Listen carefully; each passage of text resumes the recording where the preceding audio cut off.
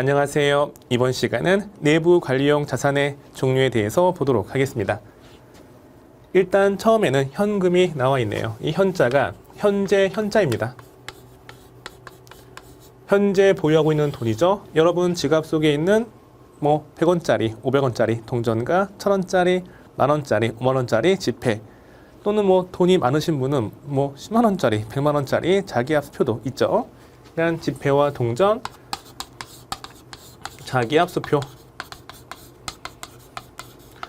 또는 타인 발행 수표, 타인이 발행한 수표, 타인이 발행한 당좌 수표. 이 수표 적혀있는 은행에 가서 바로 현금할 수 있는 게 타인 발행 수표가 됩니다. 뒤에서 다시 배우도록 하겠습니다.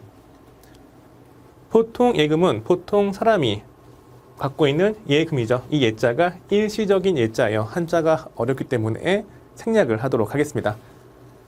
맡긴 돈인데 입출금이 자유로운 저축예금을 보통예금이라고 합니다. 당좌 예금은 이것도 맡긴 돈인데 수표를 발행하여 돈을 인출하기 위해서 맡긴 돈을 당좌 예금이라고 해요. 그러니까 당좌 예금에 돈을 맡기고 우리 회사가 수표를 통해서 돈을 인출해 가는 겁니다. 만약에 거래처 A한테 상품을 매입하고 우리 회사가 수표를 발행했어요. 그러니까 여기 백지수표라고 하는데 그 수표에 거래 대금 100만 원 이렇게 적고 A한테 준 거죠. 그러면 A는 그 당좌 수표 적혀 있는 은행 가서 지폐와 동전으로 교환해 가는 겁니다. 이게 당좌 예금이고요. 이런 거래를 당좌 거래라고 하죠. 정기예금, 목돈을 맡기고 일정 기일 후 목돈과 이자 찾는 게 정기예금이에요.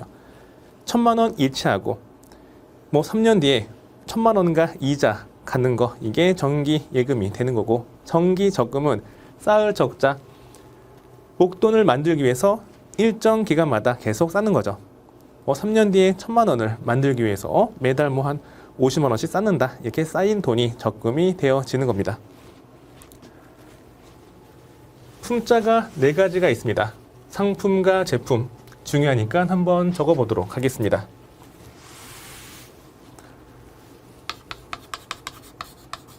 품자 4가지.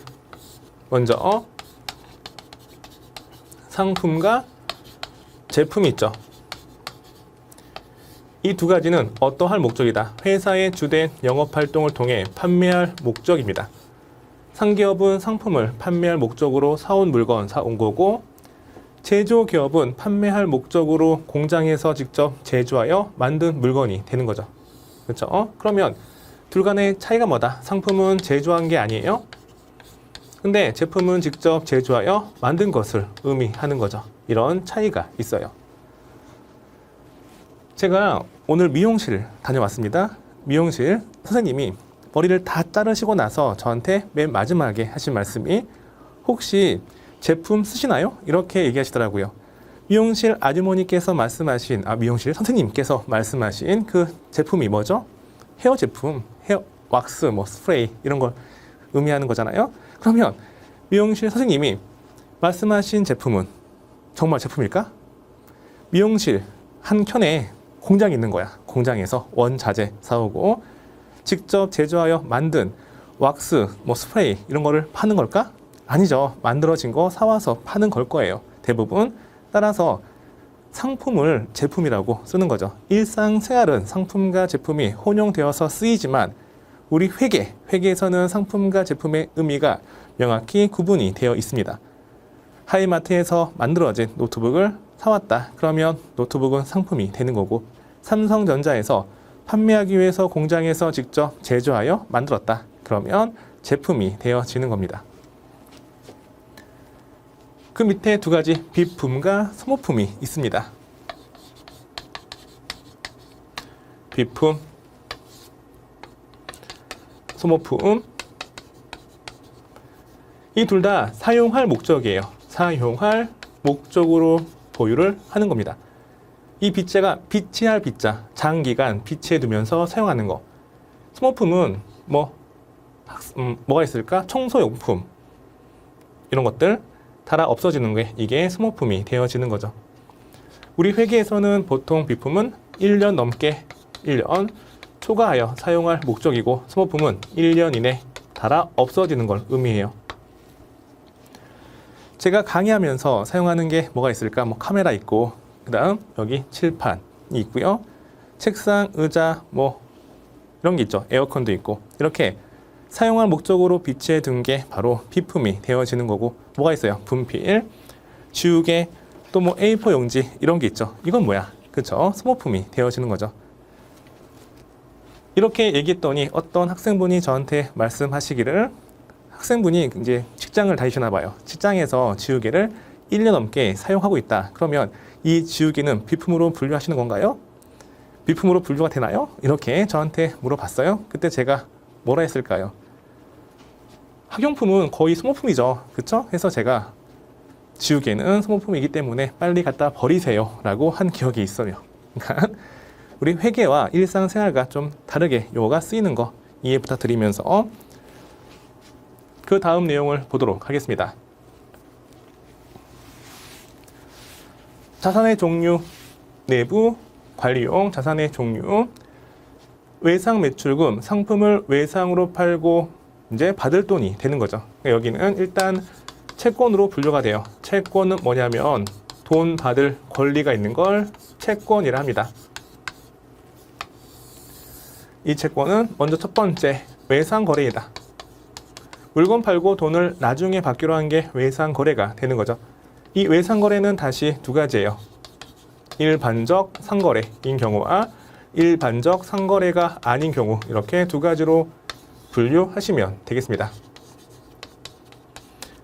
그러면 일반적 상거래가 뭘까?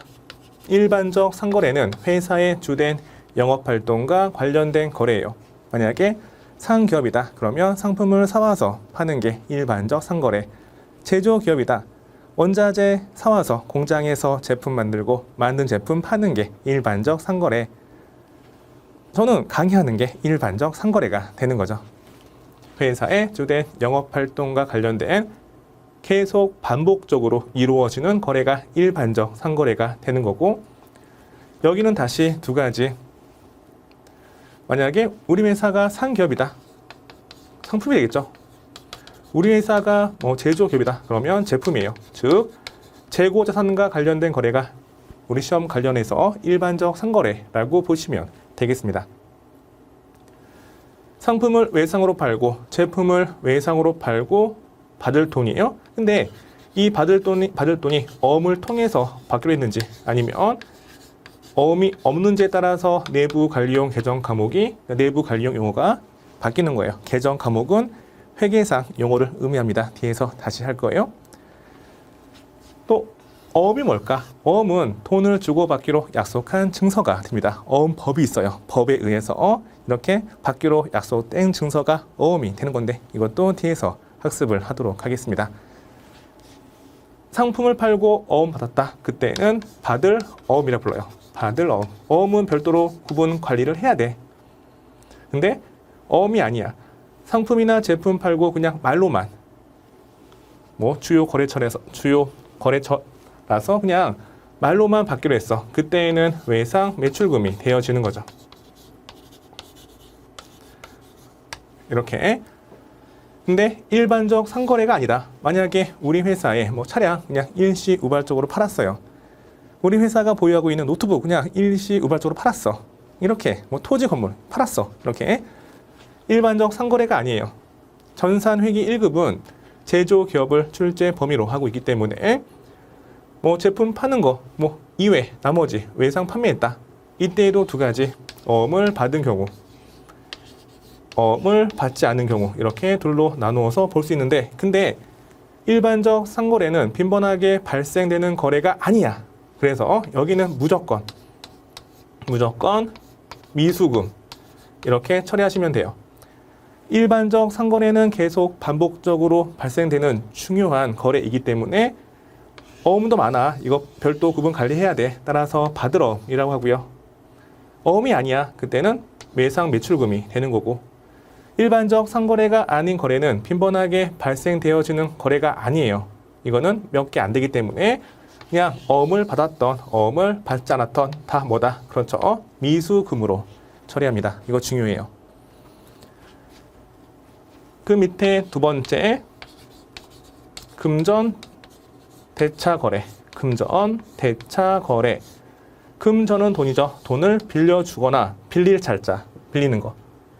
우리 회사가 여유 자금이 있어서 빌려줄 수도 있고, 만약에 우리 회사가 금융기관으로부터 돈을 빌리는 경우도 있겠죠. 이렇게 돈을 빌려주고 빌리는 거래, 금전 대차 거래인데, 여기에서 받을 돈이에요. 대여금. 빌려주고 받을 돈, 대여금. 이 대여금은 다시 돈로 구분이 되어집니다. 돈을 빌려주고 받을 돈, 이 받을 돈 채권. 채권은 뭐죠? 자산. 자산 중에 어디? 그렇죠. 당좌 자산으로 포함이 되어지는데 뒤에서 다시 할 거니까 일단 빌려주고 받을 돈인데 1년 이내 빌려주고 받을 돈은 단기 대여금. 여기는 당좌 자산으로 분류가 되고요. 빌려주고 받을 돈인데 기말로부터 1년 후에 받기로 했다. 그때는 장기 대여금. 장기 대여금은 투자 자산으로 분류가 되어집니다. 세 번째, 계약 거래. 여기에서 채권은 뭐가 있냐면 선급금이 있어요. 선급금. 누구 입장에서? 판매자와 구매자 중 누구 입장에서? 구매자 입장에서. 구매자가 원자재, 원재료 매입하기로 하고 먼저 지급한 계약금이 있습니다. 먼저 지급했는데 상대방인 판매자가 실수하여 계약이 취소했어. 상품을 인도받기 전에 먼저 지급한 계약금이 있는데 계약이 취소되면 구매자 입장에서는 다시 돌려받는 거지. 먼저 지급한 계약금은 계약이 이행되기 전에 다시 돌려받을 수 있는 금액이 됩니다. 받을 돈이에요. 따라서 여기는 채권으로 분류가 되어지는 거지. 선급금 뭐라고요? 받을 돈, 채권. 이렇게 나누어서 봤습니다. 그러면 교재. 외상 매출금은 상품을 외상으로 팔고 받을 돈. 여기는 어음을 수취하지 않은 경우. 어음 수령 X. 받을엄, 상품이나 제품이죠. 여기 재고 자산이에요. 재고 자산을 판매하고 대금을 어음으로 받은 경우, 어음을 받았으니까 여기는 받을어음이 되어지는 겁니다. 또 이 두 개 있죠. 일반적 상거래가 아닌 받을 돈은 하나야. 그러면 이것도 하나로 외부 공시용, 외부 정보 이용자한테 공시할 때 사용하는 계정 과목이 있어야 되겠지. 이를 뭐라 하냐면 매출 채권이라 불러요. 매출 채권. 그러니까 교재 보시면 외상 매출금과 받을어음의 합이 바로 매출 채권이 되어지는 겁니다. 미수금은 일반적 상거래 이외 외상 거래에서 받지 않은 돈, 미수금, 단기 대여금, 1년 이내 회수하기로 하고 빌려준 돈, 장기 대여금, 1년 이후 회수하기로 하고 빌려준 돈, 선급금, 상품 등 상품이나 원재료 등을 매입하기로 하고 먼저 지급한 계약금, 다 자산이죠. 자산은 돈 그 자체이거나 외상 거래 등을 통해서 받을 돈이 되겠습니다. 또는 팔아서 돈 되게 하는 것도, 소유권이 나한테 있는 것도 다 자산이 되는 거죠. 첫 번째는 토지. 회사가 보유하고 있는 땅이에요. 사용 목적일 때 토지가 됩니다. 또 회사가 보유하고 있는 건물 있죠. 건물이 되어지는 거고, 영업용으로 사용하는 승용차, 승합차, 트럭, 오토바이, 운반 수단인 차량 등을 묶어서 뭐라 한다. 그렇죠. 차량 운반구가 되어지는 거지. 제조기업이 공장에서 제품을 제조하기 위해서 구입한 기계 있죠. 이 기계를 기계장치라고 합니다.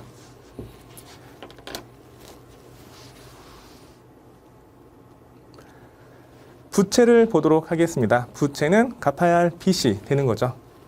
여기는 빚이고, 부채는 과거 거래나 사건의 결과, 현재 기업 실체가 부담하고 있고 미래의 자원의 유출 또는 사용이 예상되는 의무로서 타인 자본이라고도 합니다. 부채는 과거 거래, 사건의 결과, 현재 기업 실체가 부담하는 거예요. 빚은 부담스러운 거니까 부담하고, 미래 돈이 나가는 거, 이게 부채가 되는 거죠. 우리가 지난 시간에 배웠던 자산은 뭐였어요? 자산은 과거 거래나 사건의 결과 현재 기업 실체가 지배하는 거지. 지배하고 미래 돈 들어오는 게 자산이고, 그러니까 자산은 돈 그 자체거나 돈 들어오는 거, 부채는 돈 나가는 거, 나가는 게 부채가 되겠습니다. 이 부채는 다시 유동부채와 비유동부채, 유동, 움직인다. 움직여서 1년 내 갚아야 할 부채가 유동부채가 되어지는 거고, 비유동부채, 비유동, 움직이지 않는 거예요. 1년 동안은 움직이지 않아. 그러니까 1년 동안은 갚을 필요가 없는 게 바로 비유동부채가 되어집니다.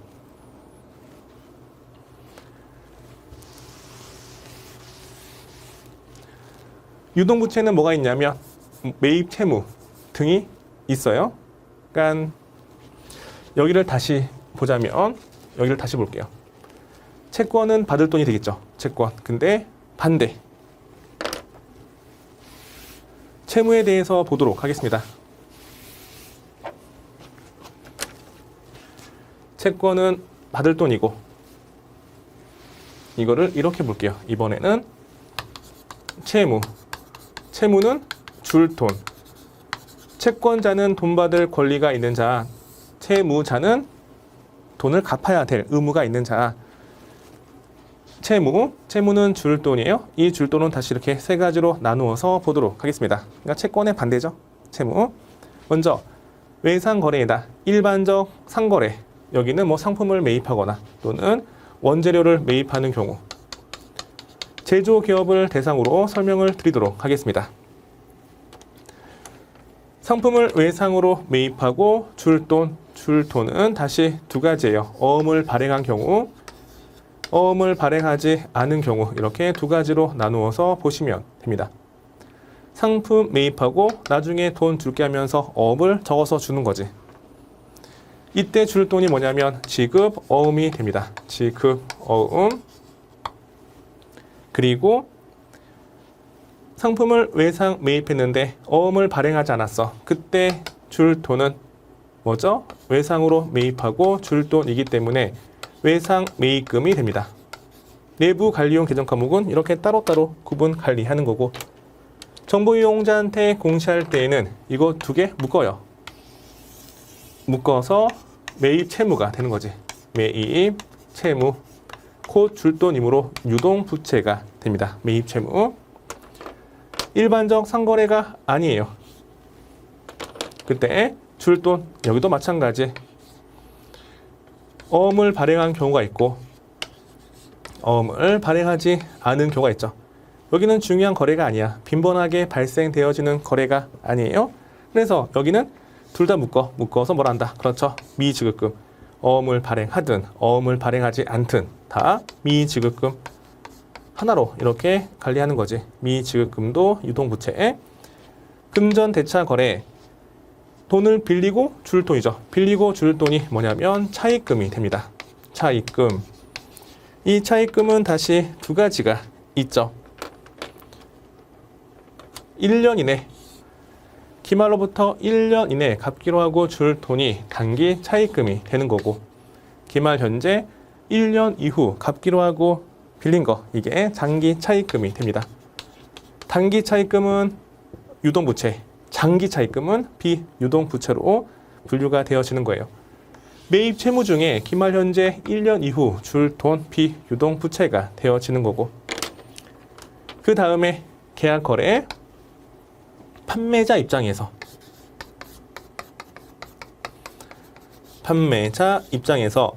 상품을 판매하기로 하고 또는 제품을 판매하기로 하고 먼저 받은 계약금이 있겠죠. 먼저 받은 계약금이 선수금이 됩니다. 먼저 받은 계약금. 판매자가 판매하기 전에 먼저 받은 계약금이 있는데 판매자인 내가 실수해서 계약이 취소가 됐어. 그러면 계약을 이행하지 못했기 때문에 다시 돌려줘야 되겠지. 판매자가 먼저 받은 계약금이 있는데 판매가 이행되기 전에 내가 실수해서 다시 돌려주는 금액, 이게 뭐다? 그쵸? 선수금이 되는 거죠. 이해하실 거예요. 이 선수금도 유동 부채가 되어집니다. 이거 중요해요. 일단 매입 채무, 단기 차입금, 미지급금, 선수금까지 배웠고, 예수금 뭐냐면 우리 회사가 급여 지급할 때 근로자가 내야 할 세금 있죠. 세금을 떼었어. 이를 원천 징수라고 하는데, 떼어서 갖고 있다가 줄 돈이에요. 보통 우리 회사는 급여 지급한 달에 다음 달 10일까지 근로자가 내야 할 세금을 갖고 있다가 납부하게끔 되어 있기 때문에 곧 줄 돈 유동부채가 되는 거고, 미지급 비용, 기말 현재 발생된 비용인데 지급하지 않은 거예요. 줄 돈이에요. 끝에 비용이 있어서 비용이 아니고 미지급 비용, 줄 돈, 단기 법인세 부채 이를 또는 미지급 세금이라 불러요. 기말 현재 발생된 세금에 대해서 지급하지 않은 거, 줄 돈, 미지급 배당금, 배당금이 그러니까 배당금이 지급할 의무가 있는데 지급하지 않은 거, 줄 돈, 유동성 장기 부채, 차입했을 때에는 장기 부채였는데 기간이 경과하면서 특정 기말 현재 만기가 1년 이내 도래한 유동부채를 유동성 장기 부채라고 해요. 그러니까 여기는 나중에 공부할 내용이니까 그냥 편하게 들으세요. 선수수익, 기말 현재 먼저 받은 거야. 먼저 받은 거. 다음 해에 발생할 수익에 대해서 먼저 받은 거니까 기말 현재 줄 돈이에요. 부채고, 비유동부채, 사채, 유가증권 시장에서, 그러니까 고금리 불법 사채 아니고요. 무서운 사채 아니고 회사가 자금을 조달하기 위해서 발행된 차용증서가 사채가 됩니다. 유가증권 시장에서, 채권 시장에서 돈을 장기간 조달할 목적으로 발행된 게 사채인데, 사채 파트에서 배우도록 하겠습니다. 장기차입금, 장기성 매입채무 등이 뭐다? 다 비유동부채가 되어집니다.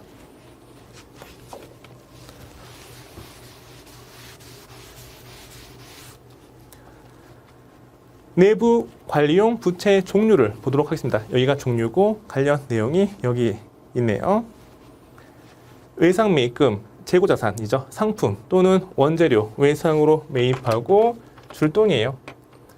여기는 어음을 발행하지 않은 경우가 되는 거고, 지급 어음, 상품을 외상으로 매입하면서 회사가 발행해준 어음이, 이게 지급 어음이 되겠습니다. 미지급금, 상품의 물품을 외상으로 구입하면서 지급하지 않은 돈이 미지급금. 그러니까 여기는 일반적 상거래이고, 일반적 상거래 더해서 정보 이용자한테 어떻게 공시한다? 그렇죠. 매입 채무로 공시가 이루어지는 겁니다. 매입 채무. 미지급금, 상품의 물품을 외상으로 구입한 경우 지급하지 않은 돈, 줄 돈, 단기차입금, 1년 이내 기간을 만기로 해서 빌려온 거지. 빌린 거예요. 줄 돈. 1년 이후 기간을 만기로 해서 빌려온 거지. 이것도 줄 돈, 부채가 되겠습니다. 선수금, 상품 등을 판매하기로 하고 먼저 받았어. 판매자가 계약 이행 안 하면 줄 돈. 여기도 부채가 되는 겁니다.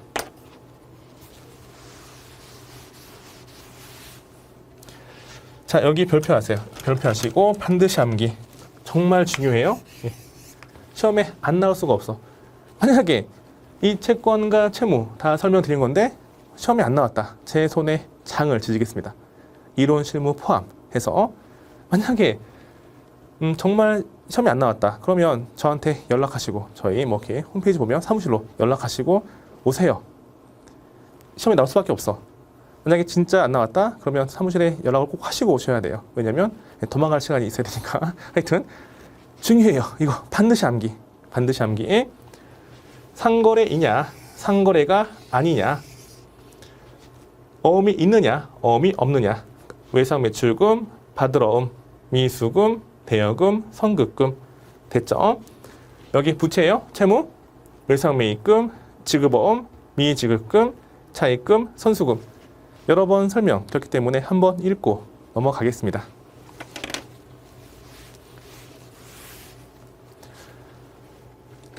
자본은 뭐다? 그렇죠. 기업의 자산에서 부채를 차감한 잔액이 바로 자본이 됩니다. 회사의 소유주 또는 뭐 기업주, 우리 회사 개인기업 사장님, 법인기업은 주주, 소유주가 투자한 출자금이며 순자산 또는 자기 자본이라는 거죠. 비교. 물어볼게요. 부채를 뭐라 한다? 부채는 그렇죠. 타인 자본이라고 했죠. 우리 시험 문제에서 자기 자본 얼마인가, 타인 자본 얼마인가 이렇게 나올 때도 있기 때문에 정확한 용어 정리가 필요합니다. 재무상태표 작성 기준에 대해서 보도록 하겠습니다. 재무상태표는 다음의 작성 기준을 지켜서 기록하는 거예요. 가장 중요한 게 이거죠. 유동성 배열법, 이게 가장 중요합니다. 자산과 부채는 유동성이 크냐 큰, 그쵸? 비교 작은 X. 빨리 현금이 되는 거, 그러니까 빨리 받을 돈, 빨리 줄 돈을 먼저 기록해야 돼. 그러니까 나중에 받을 돈, 나중에 줄 돈은 뒤에 기록하는 거예요. 이를 뭐라 한다? 이를 유동성 배열법이라고 하는 거죠. 유동성 배열법 다 배웠어요. 자산은 당조자산, 재고자산, 이 두 가지가 유동자산이고, 그리고 투자자산, 유형자산, 무형자산, 기타 비유동자산 순서가 되는 거지. 이렇게 이런 순서로 배열하는 거, 이게 뭐다? 이게 유동성 배열법이 됩니다. 부채는 줄 돈도 마찬가지. 빨리 줄 돈 먼저 기록하고 나중에 줄 돈을 뒤에 기록하시면 돼. 이렇게 작성 순서가 있는 게 유동성 배열법이 되어집니다. 구분 표시, 재무 상태표 항목인 자산, 부채, 자본은 적절히 구분하여 이해하기 쉽게 표시해야 돼. 그쵸? 자산, 부채, 자본. 자산은 유동과 비유동, 부채도 유동과 비유동, 자본은 자본 잉여금, 이잉여금 등 이렇게 구분 표시를 하고 있어요.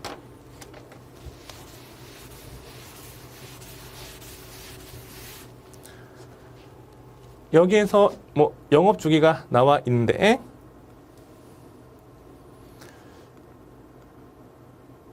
이 내용이죠. 보시면 1년 기준 또는 정상 영업 주기라고 되어 있어요.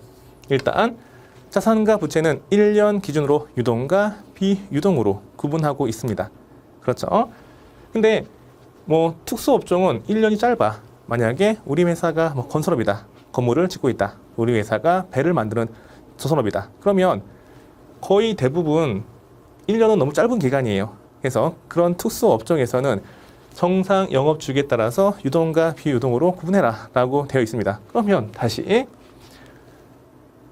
영업 주기가 뭐냐? 영업 주기는 제조업의 경우 제조 과정에 투입될 재화나 용역을 취득한 시점부터 원자재 사온 시점부터 제품의 판매로 인해 현금의 회수 완료 시점까지 소요되는 기간.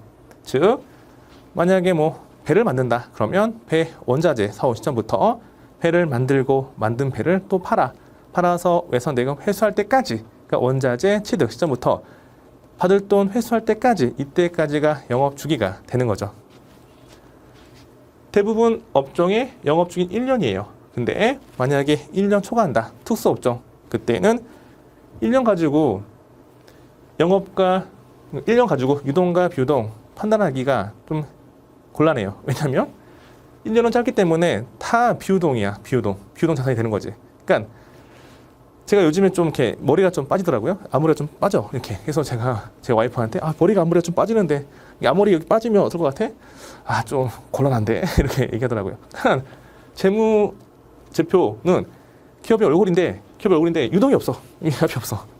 좀 그렇잖아요. 그렇죠? 그러니까는 1년 이걸 하는 게 유동, 비유동 판단하는 게 맞는데 특수업종은 짧으니까 그때는 영업주기, 정상 영업주기에 따라서 유동과 비유동 구분해라. 이렇게 이해하시면 돼요. 한번 읽어보시면 되고 또 여기에서 중요한 게 다만 정상적인 영업주기 내에서 판매 또는 사용되는 재고자산과 상품 제품과 회수되는 매출 채권 등은 보고기간 종료일로부터 1년 이내 실현되지 않더라도 유동으로 분류해요. 그러니까 여기 재고자산, 매출채권 등 당조자산은 1년 이후 돈 받더라도 정상적인 영업주기 내 받으면 그러면 유동으로 분류한다 라고 되어 있죠. 이것도 시험에 나왔어요.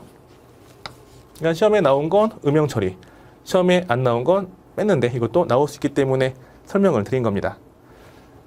정상적인 영업주기내 소멸할 것으로 예상되는 매입 재무와 미지급 비용은 1년 이내 결제되지 않더라도 유동으로 분류해요. 그러니까 1년 후에 결제되더라도 정상 영업주기 내에 결제되면 유동으로 분류해라 라고 예외 규정이 있으니까 이 문구 알고 계시면 되겠습니다. 이어서 작성 기준 총액 표시의 원칙. 자산, 부채 및 자본은 총액으로 기재함을 원칙으로 하고 있습니다. 상계에서 일부 제외해서는 안 돼. 예를 들면 거래처 A가 있어요.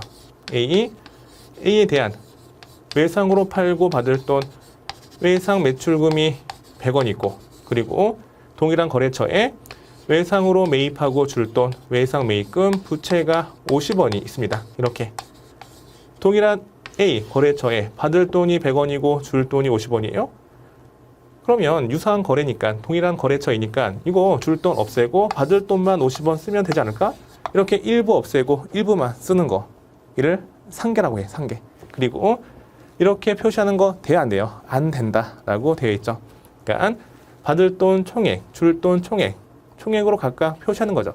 이렇게 뭐 거래처와 둘을 상계하기로 했다. 그때는 없애는 건데 그런 게 없어. 그러면 총액으로 다 표시를 하는 게 원칙이 되겠습니다. 잉여금 구분의 표시, 자본 거래에서 발생한 자본 잉여금과 손익 거래에서 발생한 이익 잉여금, 이거 구분 표시한다 라고 설명드렸어요. 자본 거래, 주주와의 거래에서 남긴 돈, 자본 잉여금과 영업활동, 일반적인 뭐 손익 거래, 영업활동에서 남긴 돈, 이게 이익 잉여금이 되는 거지. 이렇게 잉여금은 자본 잉여금과 이익 잉여금으로 구분 표시를 해야 합니다. 미결산 항목, 결산이 뭐냐면 확정되지 않은 거야. 그러니까 우리 회사가 알지 못하는 게 미결산 항목이고, 뭐가 있냐면 현금과 부족 등이 있어요. 현금이 넘치거나 부족한데 알 수 없어. 원인 파악이 안 됐어. 이런 거 우리 회사도 알지 못하는데 정보 이용자한테 공시하면 돼, 안 돼? 당연히 안 되겠죠. 그래서 우리 회사가 알지 못하는 항목 및 잊지 않기 위해서 잊을망 잊지 않기 위해서 대략 적는 거, 표시하는 거 돼, 안 돼? 안 되겠죠. 미결산 항목 및 비망 기록 표시 금지가 됩니다. 가지급금, 가수금 뒤에서 배울 거니까 넘어가시고, 이번 시간은 여기까지 하도록 하겠습니다. 다음 시간에 손익계산서에 대한 내용을 살펴보도록 하겠습니다. 이번 시간 복습 잘하시고 다음 시간에 뵙겠습니다. 수고하셨습니다.